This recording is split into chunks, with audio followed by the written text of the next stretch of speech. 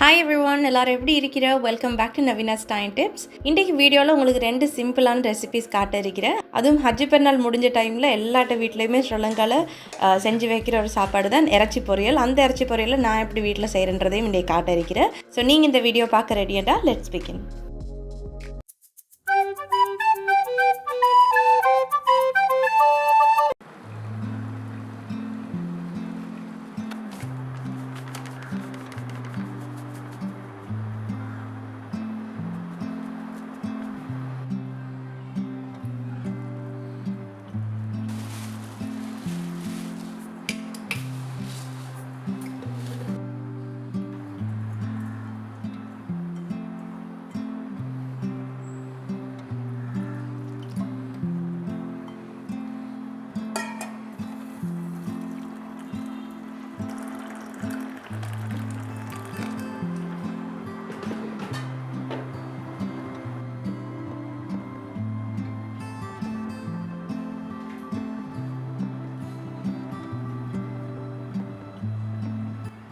காலையில் இவ்வளோ ஹெவியாக சாப்பிட்றது எனக்கு வேணாம். நேற்று வீட்டில் தக்கடி செஞ்சுருந்தேன் டின்னருக்கு. ஸோ அதில் மிச்சம் வரைக்கும் எனக்கும் தக்கடி என்றால் நல்ல விருப்பம். ஸோ காலை சாப்பாட்டுக்கும் நான் இன்றைக்கி அதை தான் சூடு பண்ணி சாப்பிட்டேன். அதுக்கப்புறம் நான் மசாலா தூள் அது இதெல்லாம் வாங்கியிருந்தேன். ஸோ எந்தெந்த பாட்டில் எம்டியாக இருக்கிறோ அது எல்லாத்துக்கும் தேவையான மசாலா எல்லாம் போட்டு அதெல்லாம் எடுத்து வச்சுட்டேன்.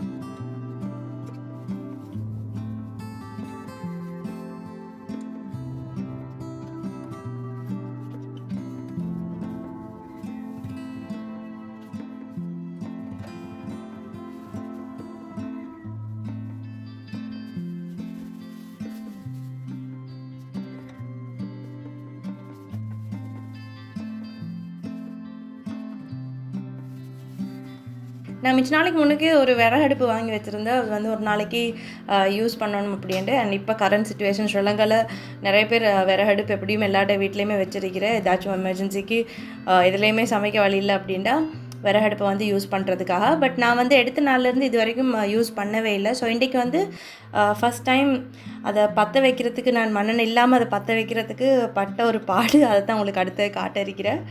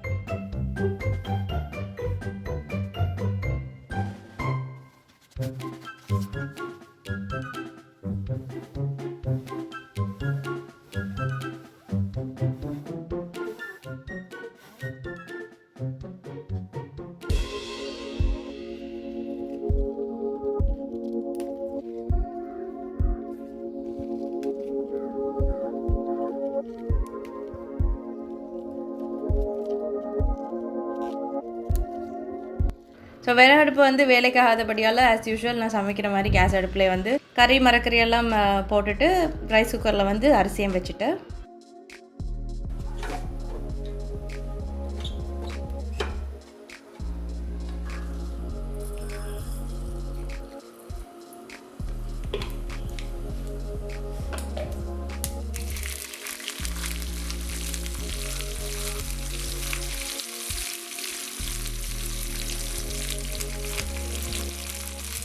ஸோ இன்றைக்கி கறி மரக்கறி எல்லாம் செஞ்சு முடிஞ்சதுக்கப்புறம் நான் இன்றைக்கி ஒரு கத்திரிக்காய் சுட்ட சம்பல் செய்ய இருக்கிறேன். ஜாய் மாஷா நல்லா வளர்ந்துட்டுனா அண்டை பாத்துறது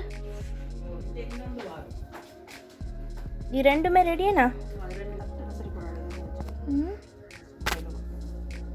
ரெண்டு தான்.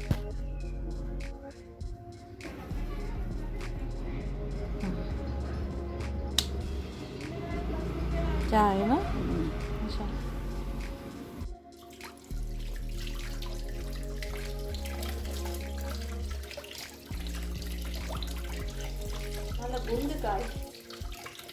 அண்ட் இந்த புளிசம்பலில் ஒரு சலாட் வந்து நாங்கள் பஹ்ரைன் இருந்த வரைக்கும் எல்லா ரெஸ்டாரண்ட்ஸ்லையும் ஸ்பெஷலாக அந்த க்ரில் ஐட்டம்ஸ் எல்லாம் விற்கிற ரெஸ்டாரண்ட்ஸில் வந்து க்ரில் ஐட்டம்ஸோட வந்து விரும்பி சாப்பிடக்கூடிய பாபாகனூஷ்ன்ற வந்து சேம் சுட்ட கத்திரிக்காயில் செய்கிற ஒரு சம்பல் தான். பட் அவங்க வந்து சேர்க்குற இன்க்ரீடியன்ட்ஸ் வந்து கொஞ்சம் வித்தியாசமாக இருக்கும். தஹினி, பாஸ்லி அந்த மாதிரி கொஞ்சம் வித்தியாசமான இன்க்ரீடியன்ட்ஸ் எல்லாம் போட்டு அவங்க செய்கிற. பட் நான் வந்து இங்கே எங்களுக்கு கிடைக்கிற ஸ்ரீலங்காவில் இருக்கிற வந்து ஈஸியான புளி சம்பளுக்கு நாங்கள் போடுற அந்த பேசிக் வெங்காயம், பச்சை கொச்சிக்காய் அது இதெல்லாம் போட்டு தான் செய்ய இருக்கிறேன். ஸோ இந்த மாதிரி நல்ல கத்திரிக்காவை வெளித்தோல் அப்படியே ஃபுல்லாக கருப்பாகிற அளவுக்கு நல்லா ஃபஸ்ட் சுட்டு எடுத்துக்கொள்ளணும். அதுக்கப்புறம் இதில் தோல் வந்து ஈஸியாக கலண்டு வரத்துக்கு அது சூடோடு இருக்கக்குள்ளே நீங்கள் வந்து ஐஸ் தண்ணியில் போட்டு வச்சு அப்படின்ட்டா ஒரு நிமிஷத்தில் உங்களுக்கு ஈஸியாக அதில் தோல் எல்லாத்தையுமே கழட்டி கொள்ளையிலும்.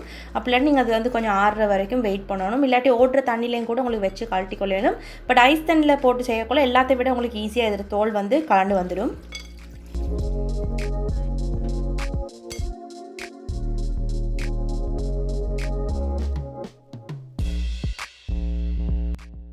அதே பிறகு சிம்பிள் இந்த கத்திரிக்காவை நல்லா கடைஞ்சி எடுத்துகிட்டு அதுக்கப்புறம் இதில் வெங்காயம், தக்காளி, பச்சை கொச்சிக்காய், கொஞ்சம் தேசிக்காய் புளி, உப்பு அண்ட் உங்கள்கிட்ட ஒலிவ் ஆயில் வீட்டில் இருக்கிற அப்படின்ட்டா அதுலேயும் கொஞ்சம் ஊற்றி இதை நல்லா மிக்ஸ் பண்ணி எடுத்துகிட்டு அப்படின்ட்டா அவங்களோட சுட்ட கத்திரிக்காய் சம்பல் ரெடி.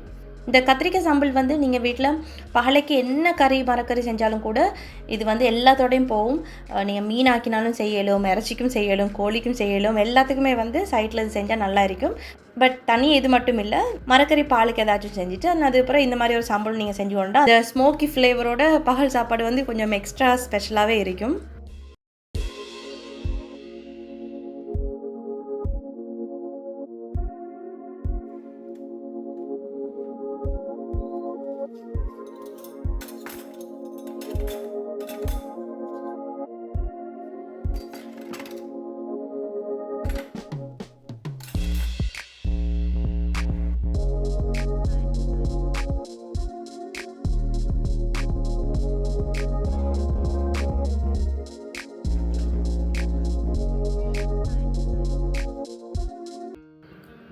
ஸோ அடுத்தது வந்து இறைச்சி பொரியல் எப்படி செய்கிறேன்னு காட்டுறேன். இந்த இறைச்சி பொரியல் செய்கிறதுக்கு இறைச்சி எல்லாத்தையும் ஃபர்ஸ்ட் சின்ன சின்ன துண்டாக வெட்டி எடுத்துக்கொள்ளணும். இதை விட சின்னதாகவும் நீங்கள் வெட்டையிலும். பட் எனக்கு வந்து கொஞ்சம் என்ன சொல்கிற ஒரு பீசஸ் வந்து எடுத்து சாப்பிட்றதுக்கு நல்லா இருக்கும்னா ஸோ அந்த மாதிரி சைஸில் தான் நான் வெட்டி எடுத்திருக்கிறேன். இப்போ இதில் வந்து கொஞ்சம் மஞ்சள், மிளகு, உப்பு, புளித்தண்ணி, அதுக்கப்புறம் கொஞ்சம் ஜிஞ்சர் கார்லிக் நீங்கள் போட்டுட்டு இதை வந்து நல்லா தண்ணி வத்துற வரைக்கும் இதை வேக வச்சு எடுக்கணும். ப்ரெஷர் குக்கர்லேயும் உங்களுக்கு போடலும். பட் நான் வந்து சும்மா தான் நான் இன்றைக்கி வேக வச்சேன். ஏன்னா சின்ன சின்ன துண்டாக வெட்டிருக்கிறபடியால் உங்களுக்கு வந்து சும்மா நீங்கள் வச்சாலும் கூட வெந்துடும். பெருசாக நீங்கள் வேக வைக்கிற அப்படின்றா தான் உங்களுக்கு கட்டாயம் ப்ரெஷர் குக்கரில் நீங்கள் போடணும். ஸோ இந்த மாதிரி இது வந்து நல்லா வெந்து தண்ணி அதில் இருந்த தண்ணி எல்லாமே வற்றி அந்த இறைச்சோடு சேர்கிற மாதிரி இதை வேக வச்சு எடுத்துகிட்டு நான் இது செஞ்சோன்னிக்குள்ள அரைவாசியில் வந்து கரண்டும் போயிட்டு ஸோ அதனால் மாறி மாறி ஒன்றொன்று செஞ்சுட்டு கொண்டு போய் வெளிச்சத்தில் வச்சு தான் நான் உங்களுக்கு வீடியோஸ் எடுத்து கொண்டிருந்தேன்.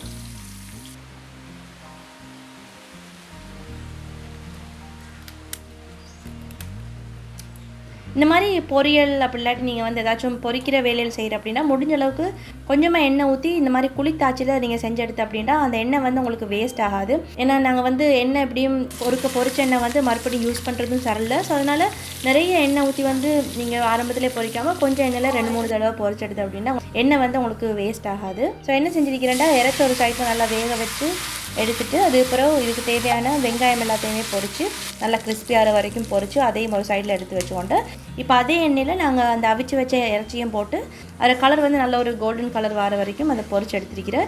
இருட்டில் பார்க்கக்குள்ள உங்களுக்கு கொஞ்சம் டார்க்காக இருக்கும். பட் உங்களுக்கு நான் வெளிச்சத்தில் காட்டுறேன் அதில் ரியல் கலர் இப்படி தான் இருக்கிறேன். ஸோ இது வந்து நல்லா டார்க் இல்லை, கொஞ்சம் ஒரு கோல்டன்லேருந்து அந்த ஒரு டார்க் கலர் வர தொடங்கக்குள்ள இறக்கிருக்கிறேன். ஸோ இது நாங்கள் வேக வச்சு அவிக்கிறபடியால் உங்களுக்கு நான் அந்த இறைச்சி பொரிச்சாலும் கூட நல்லா சாஃப்டாக இருக்கும். ஸோ நாங்கள் அந்த வேக வச்ச இறைச்சி எல்லாத்தையுமே பொரிச்சு எடுத்தது பிறகு அதே எண்ணெயில் கருவேப்பிலை, ரம்பு அதையும் பொரிச்சு எடுத்துக்கொண்டு இப்போ நாங்கள் அந்த துண்டு கொச்சிக்காயெல்லாம் போட்டு எப்படி இதை வந்து பெரட்டுன்னு பார்ப்போம். முந்தி வந்து நான் வெறும் துண்டு கொச்சிக்காய், அதுக்கப்புறம் தெசிக்கப்புளி, உப்பு இது போட்டு தான் பெரட்டுறேன். பட் புதுசாக என் ஒரு ஃப்ரெண்டுக்கிட்ட வந்து நான் ஃபோனில் பேசிகிட்டு இருக்கோம் சொன்னேன், இப்படி ஜிஞ்சர் கார்லிக் வந்து நீங்கள் அந்த எண்ணெயில் கொஞ்சம் வதக்கிட்டு அதுக்கப்புறம் இதெல்லாம் போட்டு நீங்கள் பெரட்டின அப்படின்டா இந்த இறைச்சி பொரியல் வந்து இன்னும் டேஸ்ட்டாக இருக்குமெண்டு. ஸோ இந்த முறை வந்து நான் அப்படி தான் ட்ரை பண்ணியிருந்தேன். நான் உண்மையிலே சொன்னால் நான் வந்து இதுக்கு மேலே செய்கிற இறைச்சி பொரியலை விட இது வந்து இன்னும் நல்ல டேஸ்ட்டாக இருந்தேன். ஸோ பேனில் வந்து புதுசாக கொஞ்சம் எண்ணெய் ஊற்றிட்டு இஞ்சி வெள்ளை வெங்காயம் அரைச்சது ஒரு 2 டீஸ்பூன் மாதிரி எடுத்துருக்கிறேன். இன்றைக்கி வந்து நான் இறைச்சி வந்து மிச்சம் இல்லை, ஒரு 400லேருந்து ஒரு 450 கிராம் மாதிரி தான் இறைச்சி எடுத்திருக்கோம். ஸோ அதுக்கு வந்து ஜிஞ்சர் கார்லிக் அரைச்சது 2 டீஸ்பூன் மாதிரி தான் போட்டிருக்கிறேன். ஸோ என்னோடய ஜிஞ்சர் கார்லிக்கிட்ட அந்த பச்சை வாசம் போனதுக்கு பிறகு அடுப்பு நல்லா குறைச்சிட்டு இதில் கொஞ்சமாக ஏலக்காய் தூளாக்கி போட்டிருக்கிறேன். அதுக்கப்புறம் முழுசாக வந்து 1.5 டேபிள் ஸ்பூன்ஸ் மாதிரி நான் துண்டு கொச்சிக்காய் சில்லி ஃப்ளேக்ஸ் வந்து சேர்த்துருக்கிறேன். உங்களுக்கு வந்து நல்ல உரப்பாக வேணும் அப்படின்னா நீங்கள் 2லேருந்து 2.5 டேபிள் ஸ்பூன்ஸ் வரைக்கும் எடுத்துக்கொள்ளலாம். பட் எனக்கு வந்து இந்த அளவு போதும். அதுக்கப்புறம் இதில் முழுசாக ஒரு தெசிக்கை பொழிஞ்சு எடுத்துகிட்டு இதுக்கு தேவையான அளவு கொஞ்சம் உப்பையும் போட்டுட்டு இதை நல்லா ஒருக்கா மிக்ஸ் பண்ணிவிட்டு தென் நாங்கள் பொரிச்சு வச்சிருக்கிற அந்த இறைச்சி வெங்காயம் கருவேப்பிலை ரம்பை எல்லாத்தையும் போட்டு இதில் நல்லா பெரட்ட தான் இருக்கிறேன். இந்த துண்டு கொச்சிக்காய் தெசிக்கை அதெல்லாம் வந்து நீங்கள் தனியாக சும்மா போட்டு பெரட்டுறதை விட இந்த மாதிரி எண்ணெயில் கொஞ்சம் வதக்கிட்டு அதோடு சேர்த்து பெரட்டக்குள்ள உங்களுக்கு இறைச்சியில் நல்லா வந்து அந்த துண்டு கொச்சிக்காய் உப்பு புளியெல்லாம் வந்து நல்லா கோட் ஆகும். அப்படி இல்லாட்டி அது வந்து கொஞ்சம் என்ன சொல்கிறது, அந்த இறைச்சியில் ஒட்டாமல் அங்கங்கே சும்மா அந்த தூவின மாதிரி இருக்கும். ஸோ அதனால் அப்படி இல்லாமல் இருக்கிறதுக்கு கொஞ்சமாக இந்த மாதிரி எண்ணெயில் வதக்கிட்டே வந்து சேர்த்துக்கொள்ளுங்க. இது கரண்ட் போன டைமில் எடுக்கிறபடியால் இந்த வீடியோவில் வந்து உங்களுக்கு அந்த இறைச்சிட்ட ரியல் கலர் கொஞ்சம் டார்க்காக தான் விளங்கி கொண்டிருக்கிறேன். நான் வந்து கொஞ்சம் வெளிச்சத்தில் உங்களுக்கு வீடியோவும் எடுத்தேன் இதில் ரியல் கலர் உங்களுக்கு பார்க்குறதுக்காக.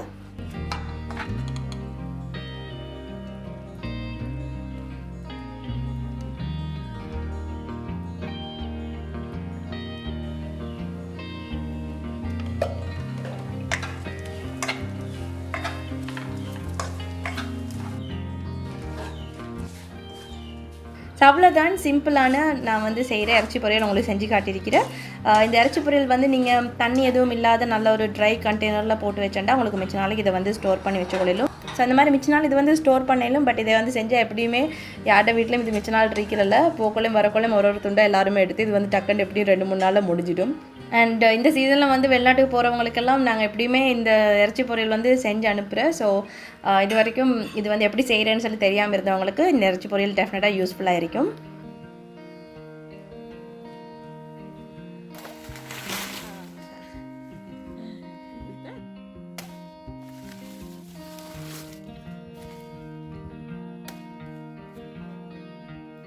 நல்ல குண்டுக்காய்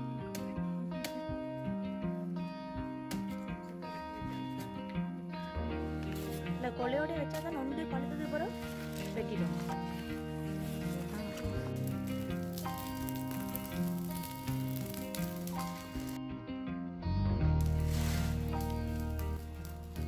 ஸோ அவ்வளோதான் இன்றைக்கி தோட்டத்தில் கோழிக்குட்டு வாழைப்பழம் கொலையொண்டு போட்டிருக்கோம். அதையும் நாங்கள் வெட்டி எடுத்துகிட்டு மம்மி வந்து கொஞ்சம் சாரணக்கீரெல்லாம் பிச்செடுத்து நாளைக்கு கிழங்குல போட்டு பாலுக்கு வந்து ஆக்குறதுக்கு. அண்ட் ராவு சாப்பாட்டுக்கு இன்றைக்கி வந்து நான் வீட்டில் செய்கிற சிக்கன் பீஸா செஞ்சுருந்தேன். அண்ட் இந்த பீஸா வந்து ஸ்க்ராட்சில் இருந்து டோ அந்த பீஸா சோஸாக இருக்கட்டும் எல்லாமே வந்து வீட்டிலே செஞ்சுருக்கிறேன். இந்த சோஸ் வந்து ஒரு ஸ்பெஷல் சோஸ். நீங்கள் இந்த பீஸா ரெசிபி பார்த்துருந்தேன் அப்படின்னா உங்களுக்கு தெரிஞ்சிருக்கும். கற்பூரவள்ளி ஃப்ரெஷ்ஷாக நாங்கள் வந்து போட்டு செய்கிற ஒரு சோஸ். ஸோ அது வந்து எப்படி செய்யணும், இந்த பீஸா எப்படி செய்யணும் அப்படின்னு தெரியணுமெண்டா லிங்க் வந்து நான் ஆல்ரெடி டிஸ்கிரிப்ஷனில் கொடுத்துருக்கிறேன். ஸோ கட்டாயம் அதையும் போயிட்டு பாருங்கள்.